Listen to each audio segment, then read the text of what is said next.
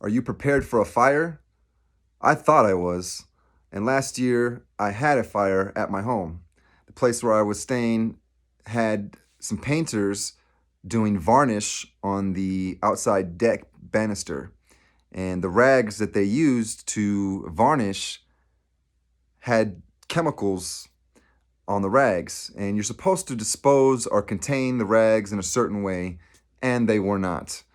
And the painters left about 5:30. I got home about 6:30 from work, and I went about my day. I made some dinner, watched some TV, got ready for bed, got in the shower, and towards the end of my shower, I hear a kaboom, bang, boom, a big explosion, and I didn't know what it was quite because I'm in the shower.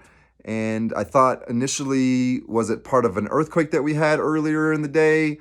And then my second thought was, no, it's someone trying to break in my house. And me being a former Marine, I went into uh, put hands on somebody mode. So I ran out my shower naked and into my kitchen and living room area, and through the curtains closed, I could see out the A-shaped windows a big, massive fireball outside my windows, even though the curtains were closed. I immediately ran to my fireplace. I grabbed the fire extinguisher that I had and opened the sliding glass door, ran out with the fire at my toes, and pulled the trigger and tried to spray the fire down with that fire extinguisher. And it lasted about 15 seconds, and then it was done. The fire is still going, but that fire extinguisher was done. So I ran back inside the house. I grabbed the second fire extinguisher that I had underneath the kitchen sink and ran back outside and pulled the trigger and then sprayed it down. It lasted another 15 seconds. The fire was still raging. The thing about it being on my deck, at least when I ran out and I used the fire extinguishers, I kept it back away from the house, but it was still raging on the deck. Thankfully, I had just 2 weeks earlier raked all my leaves and pine needles, so I didn't have any thing for the fire to fall on and catch fire down on the bottom deck. Thankfully, it wasn't a windy night and it was calm. And thankfully, my deck, the floor of the deck was made of Trex and not wood, because the wood would have caught a lot faster. And the Trex, thankfully, while it did catch fire, it caught fire and then stayed in the general area that it was in. It didn't spread.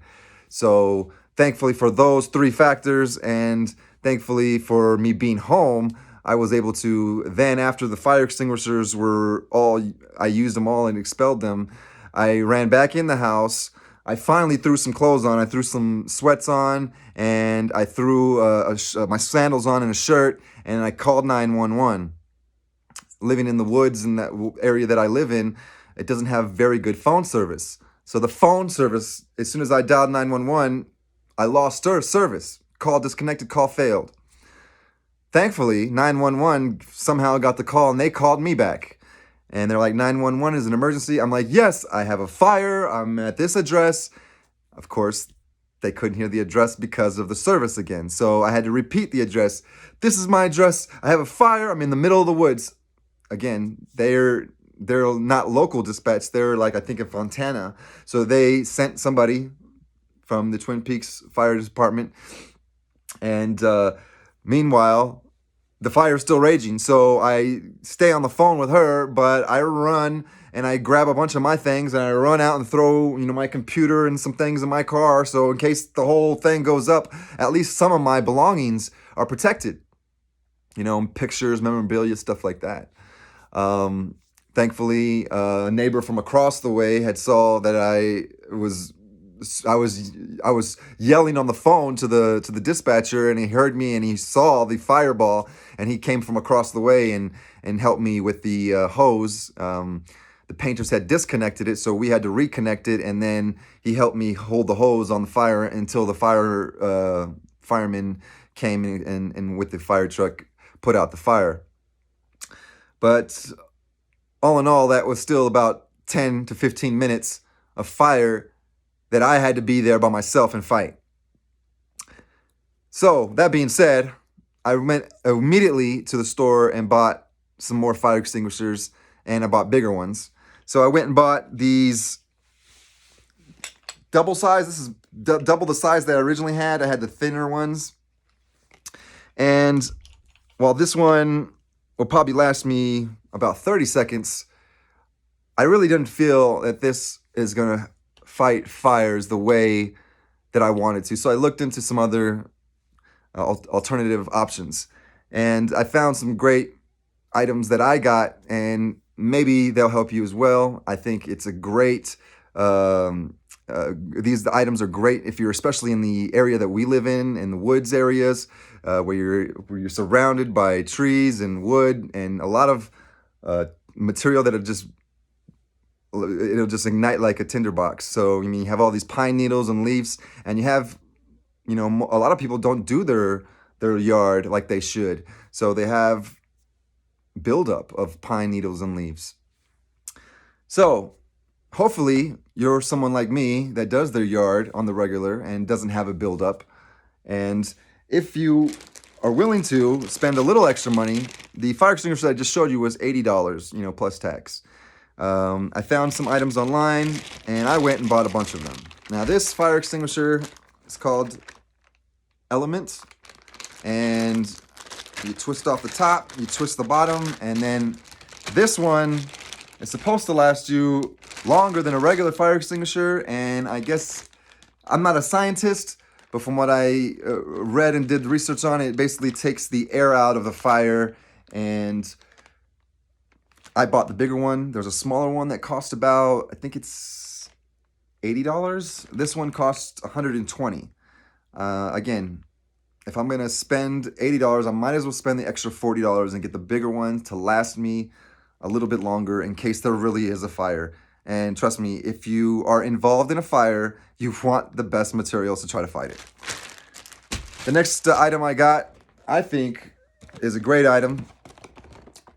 The E-Lead Fireball. And again, there's a 4-inch ball.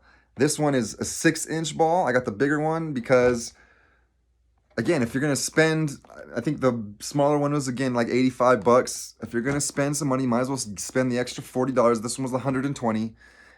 And get the bigger item to fight the fire the way it needs to be fought.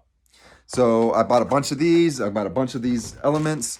And with these items, I'm feeling extremely confident that if there was a fire, that I'd be able to fireball and eliminate that fire immediately as much as I can until the fire truck comes. I'd be able to protect whatever property I need to protect, and myself and my home, possibly someone else's home. So those are some items that I think are great on the market right now. Yes, they do cost a little bit more than a regular fire extinguisher, but if you are involved in a fire, you're going to want and you're going to wish that you spent that extra money.